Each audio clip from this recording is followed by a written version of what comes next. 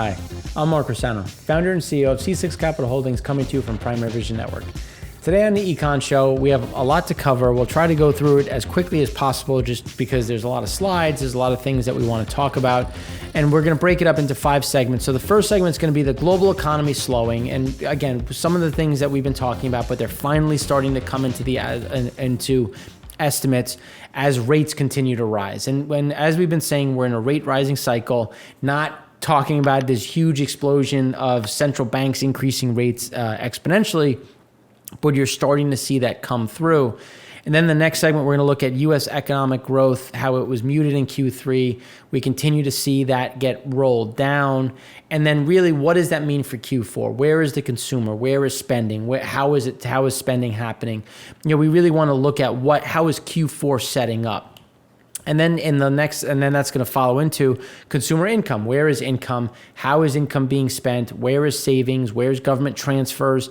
And how have those shifts in spending occurred? And then we're going to talk about the Europe's electricity crisis, because it's everywhere. We want to look at what does it mean. We've been covering it in the EIA show, but we'll talk more about that in general. And then in the last segment, we're going to look at China's geopolitical moves and what has happened with Taiwan, what has happened with India, what are their electrical issues, and then how is the Asian continent really doing on an economic level as they continue to face headwinds. So, one of the things before we get started, we like to remind you, please like, share, subscribe. Your support is appreciated. We've had some great growth in subscribers, and that's all because of you and for you finding this useful and sharing it with your friends and family, or maybe people that you hate, because we like to rant on, and you'll be able to bore them to death. But now, just turning to the new record. So as we look into Q2, it is not surprising to anyone who has been paying attention, but global debt rose to a record during the second quarter of 2021. We are now at about $287 trillion in debt in the world. It's going up again. Like there's more debt coming. There's nothing new to say that it's going to stop. The hope is that you start to see this peter out, but we'll talk about why that could start to slow over the coming few quarters. And it's really when you look at the number of central banks. So this is something from the macro markets daily. Again, if you're not following them on Twitter, I would highly recommend it. They have some really good charts.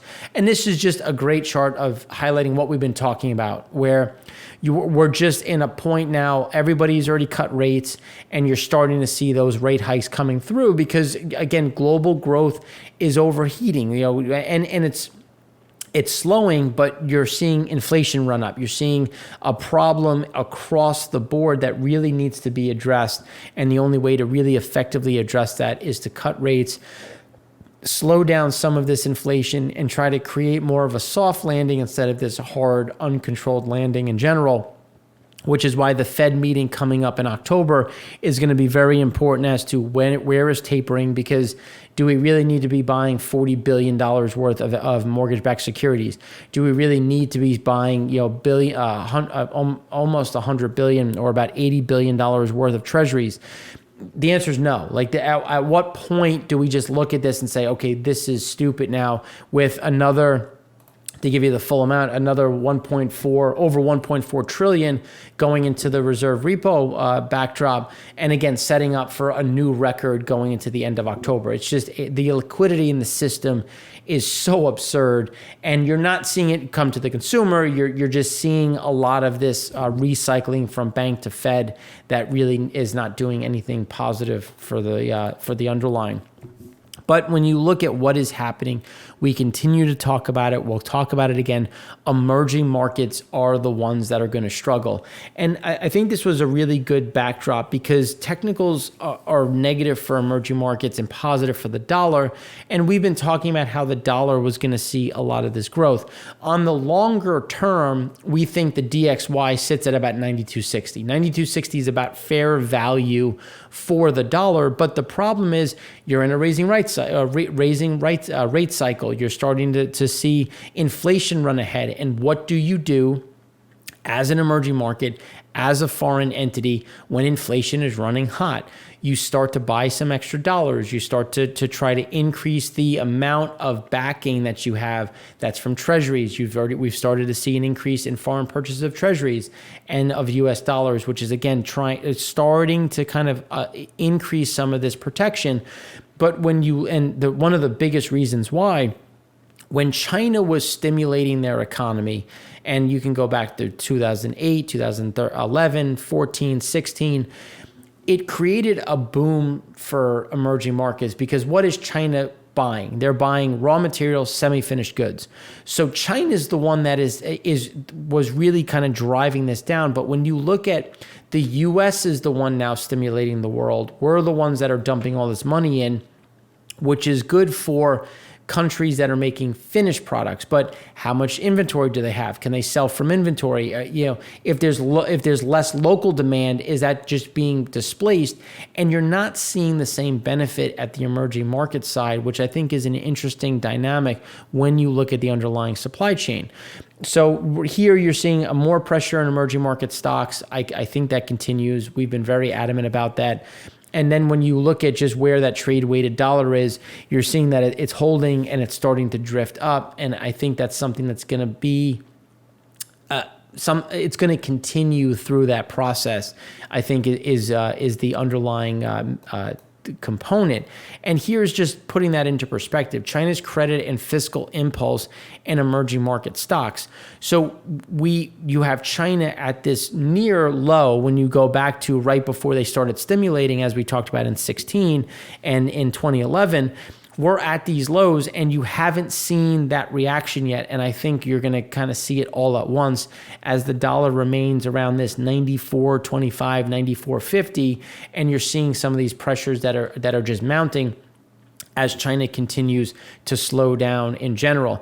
Now, this is a Chinese supplier, Deliveries. Now, this chart was so good, I used it twice. So you're going to see it in segment 1 and again in segment 5. Because when you look at the supplier deliveries, this is looking at how much stuff is coming into China.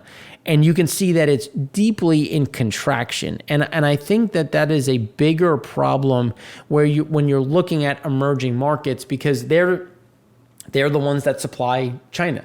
So if they're not supplying China, if they're seeing these slowdowns, that's going to, again, increase the amount of pressure, increase some of these underlying points that just highlight that global growth is not going to be what expectations are, and you're going to see some of those headwinds. And it's important to also look at, well, what type of indebtedness are there? And where does it sit? And let's look at it on a global level, because remember, emerging markets also issue debt. They also tried to stimulate, but they don't have the staying power as the developed world, especially Europe and the U.S., and more importantly, the U.S., just given where we sit as essentially the reserve currency of the world. So when you look at growth of that debt in general coming up to Q2 of 2021, a lot of this debt increase has been at the household level, has been at non-financial and government. But the ones that we continue to see some of this pressure is non-financial, because governments can do things to try to manage some of these rates. But as we see this huge amount of $86 trillion in non-financial corporations in a rate rising cycle, that means that when you go to roll that debt and it comes close to maturity, your interest expense is going to come up. So right now, even though debt has gone up, interest expense has come down, but that's going to pivot hard. And the question is going to be, how much does it pivot? When does it pivot? But when you look at just where we're tracking, how we're heading, rates are going up. And that's when you look at the difference between real rates and again, that's inflation. That's looking at where real rates need to be. And you're seeing, again, that kind of pull up the underlying, which we continue to think as kind of this cap to where growth is, and really start to be a bigger drag on what the future economic growth will be. And here's when we look at the share of national government debt held by central banks. You can see that it's just been a relentless bid coming from every major central bank in the world. It's going to start to slow, and it's not that it's going to stop, because you're starting to see some tapering. The ECB talked about adjusting their PEPP backdrop, and then when you look at what the Fed is doing, there's a very good likeliness that they will start the taper process in November. So you're just going to see the pace of that slow, not so much stop, which is going to be something to watch and how it relates to what rates are doing and how rates are going to react. And the central bank government bond holdings overall, when you broaden it out a bit, when you look at New Zealand, Canada, Australia, you can see just how aggressive they've been over the last 2 years and how they've really closed the gap in comparison to what is in the Euro area, US, UK, and Japan. And that's going to be a little concerning because as you start to taper, as you start to see this come off, that's going to do a lot to rates and realistically slow down. I mean, especially for those that are watching this from New Zealand and Canada, you can attest to how crazy real estate rates are, real estate prices are, and rates should help adjust that as we progress through the remainder of Q4. And now what does all of this do? Well, let's look at the global money supply growth. And you can see that they're starting to come back. And that's when you're looking at an increase in rates, you're starting to see that taper. So we're starting to see essentially the broad money. Now, we're still well above pre-pandemic levels. We're not back to where we were, but this liquidity needs to and will continue to get pulled out of the system. And this is a way to manage inflation, to try to get ahead of how hot inflation is running, especially on a global level. And this is a perfect way to show it. Well, let's look at Bloomberg Commodity Spot Index, which is at a new all-time high going back to the 1960s. So you're seeing this pressure, and this, again, feeds into input cost. And so when you look at input costs in general, this is where the PPI starts to show up. You're seeing this just continuously get pushed into the system, which is driving up prices for the rest of the world. And then when you look at the surprise indexes, you're starting to see a little bit of a slowdown. And this is not because the data is getting better, but people are adjusting their estimates more aggressively, especially when you look at emerging markets and major economies. As we start to get some of this where people are looking at this saying, okay, well, growth is really slowing. Let's adjust our estimates. I mean, India's GDP estimates have gotten slashed by around the globe by about 5%.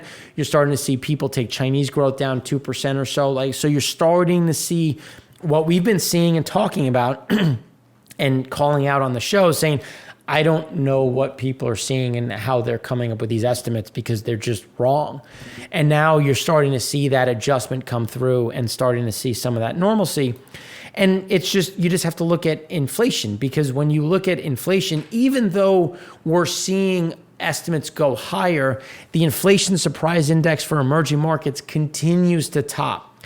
So you can't keep seeing inflation layering on top of layering, because especially at the emerging market level, this is going to cause more pain than in most. And there's only so much you can pass through to the underlying consumer. India has increased gasoline and diesel prices to new all-time highs. Pakistan has done it. China's done it. Now you're looking at Europe is talking about trying to cap some of the increase in natural gas prices. There's so much pressure on an energy side, and you're continuing to see that play out, really driving some of this inflation. But it's not just energy. Because even if crude prices drop $5, even if LNG prices drop $3, LNG prices in India have gone natural gas prices in India have gone up 62%, and they're still not marked to market. So you could still see this reduction. Let's look at grains, let's look at goods, let's look at PPI. As we talked about with just commodity prices, there's a lot of staying power in that emerging market inflation number. And here's another example. Looking at just container freight rates. Cost to ship a 40-foot container from Shanghai to Los Angeles has ticked down slightly to 12,172 versus a peak of 12,424, and it's gone back up. So there's just, when you start looking at the underlying, and the strong bounce back, where when you look at the World Trade Organization expects trade will rebound 10.8% in 2021 and 4.7% in 2022. There is a mixture of that pent-up demand, which we've seen on the consumer side, and then 2022 is going to be that driver is really going to be that inventory rebuild. We're starting to see that inventory rebuild, but that's going to accelerate, providing some semblance of support for GDP growth. Even as the consumer pares back hard, you're going to get industries kind of trying to replenish as much as they possibly can. As the number comes out, or a headline comes out saying that Nissan to halt Mexico plant operations in October amid chip shortages. So, and we'll talk about chips in a minute. So then when you look at global good exports, value versus volume, volume is flatlining, but value is exploding. Again, just showing you where those prices are going to be, because especially the U.S. imports, we've exported inflation for the last 40 years. Now we're going to import inflation given where goods exported are, and that value is going to come back home. So let's look at cars. And the average car, this was, I thought, a fantastic graphic. So, and I'm going to be honest with you, I did not know there was this many chips in a car. And when you think about it, it makes sense when you consider the amount of sensors that are there, and I didn't even think about airbags. I mean, engines, I think is a common thing, but you think about braking assist, tire monitors, all of these things. Just, I find it fascinating. I really do. Like I thought this was a great graphic. So 1,400 semiconductors that control everything in a car, and that's why when you think about if you're missing just one, you can't finish. Like you can't go back and add it. Look, they're embedded in the system, so they have to be there prior to a lot of these things going in, prior to the assembly being completed, which is why it's interesting. And it just literally just came out. Nissan plans to hold operations at 2 Mexican plants for several days this month to make production adjustments amid a shortage of semiconductor chips. Companies stop operations at its 2 plants for 11 days in one area and 8 days in the other. So it's just, again, it's continuing. It's getting worse. We're in October. When you look at what Susquehanna has said, the time for delivery has gotten worse. We're now over 24 weeks, which takes us well into 2022, which has been my base case that you weren't going to see this get fixed in this year. And realistically, it's unlikely you'll see this get fixed next year. So, or at least in the first half of next year. It depends on the demand response, because supply is essentially kind of capped. Like we're doing all that we can with a lot of the restrictions that we currently have in other areas of the supply chain. But this is one of the areas that we want to look at, talking about manufacturing PMI. So here you can see manufacturing PMI kind of flatlining, coming down. There's some countries that are coming back up, especially when you look at global. Asia had a huge knockdown. Now you're seeing them come back up. Some of them are just about growing, just below growth. And then when you look at Europe and the US, well above that 50 level, which is, again, providing some of the stability. But what is driving this? Supply shortages are there. When you look at prices paid, prices received. So some of this is kind of negative, but again, still growth. Even if you pair out some of the things that are, let's call it, detrimental to the underlying consumer, you're still going to see global growth. So that's why when we talk about the world at large, it's not that we're not going to grow. It's just we're not going to grow at the rate that the estimates are showing, which again just speaks to where we sit in the underlying and what is driving that. And when you look at the investment side, it continues to slow. On the intermediate, on the consumer's starting to flatline. We think that takes another leg down, but we think that investment and that intermediate really start to flatline. Not so much rallying, but really just kind of pausing here as we kind of digest some of these shifts that have happened and how the consumer reacts to the underlying inflationary pressures that we're seeing. So then when we kind of dig in a bit more on the manufacturing side, you can see manufacturing output index kind of sitting at this level. But when you look at manufacturing production, you've had that hard fall down, and we just see additional pressure coming in that is going to keep this kind of capped right around 50. Again, still going to see growth. You still have the consumer that is still kind of making up for some of these shortfalls. You still have a lot of government transfers, they're smaller, but they're still there. And then on the other side, you have those corporations that need to make up that missing inventory. So then when you look at, well, what about missing inventory? Well, let's look at the China trade deal, U.S.-China trade deal, which continues to be a huge swing and a miss, not reaching anywhere near those levels. And think about, this is on a value level, not volume, and prices have increased. So even at an increased price or inflation on an export level, if you look at, as we talk about, export prices continue to go higher, even still, we're not hitting this point. So U.S. Trade Representative Catherine Tai is set to deliver a speech Monday. She's delivered it. It was kind of a muted response. China's like, we agree. U.S. is, we agree. There's really not much to say given where things sit. It's just China's not going to change its ways. And Washington must enforce the phase one trade deal with China and will raise broader policy concerns with Beijing. China made commitments intended to benefit certain American industries, including agriculture, that we must enforce.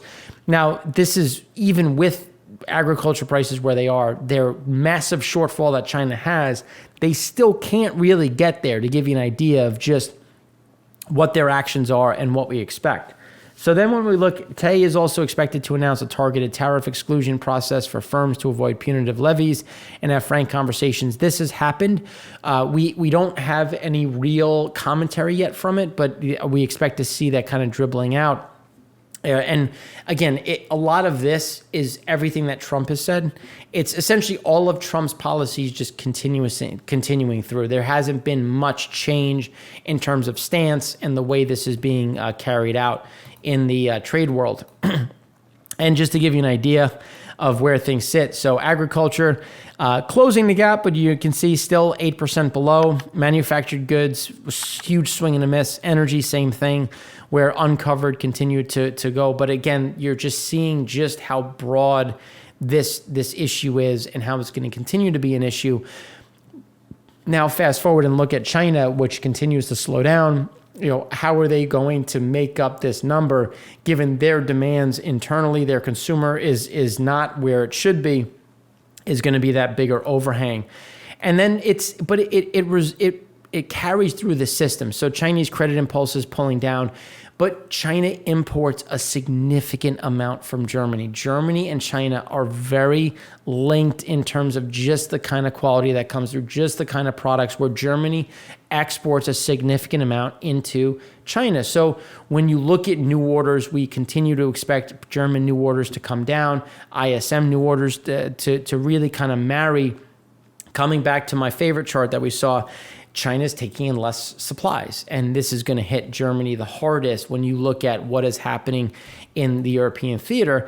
But it's not just here. When you look at G3 credit impulses, so credit impulse are coming down, and it leads by 12 months, and we're below the levels that we saw in 2019. And remember, we were bearish in 2019. We were looking at this exact piece.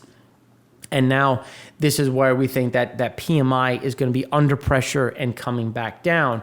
And now just kind of looking at where some of the shifts are. When you look at September, the quarterly grain stocks, corn is kind of right in line with where the expectations are. Beans as well. Wheat continuing to be kind of the most bullish spot. Now, the other issue that continues to grow is global yields continue to miss. So, and I still think this is elevated, but Russia may export 45 million to 48 million tons of grains in the 21-22 agriculture season. But the ministry previously forecasted 51. So you went from 51 to 45. You're probably closer to 41, 42. And the U.S. continues to miss. So again, there's that the food side is not going away anytime soon, and that's going to continue to be, I think, that driving force when you look at emerging markets, when you look at even developed markets, and that less than transitory inflation continues to be sticky when we're talking about the underlying grain side.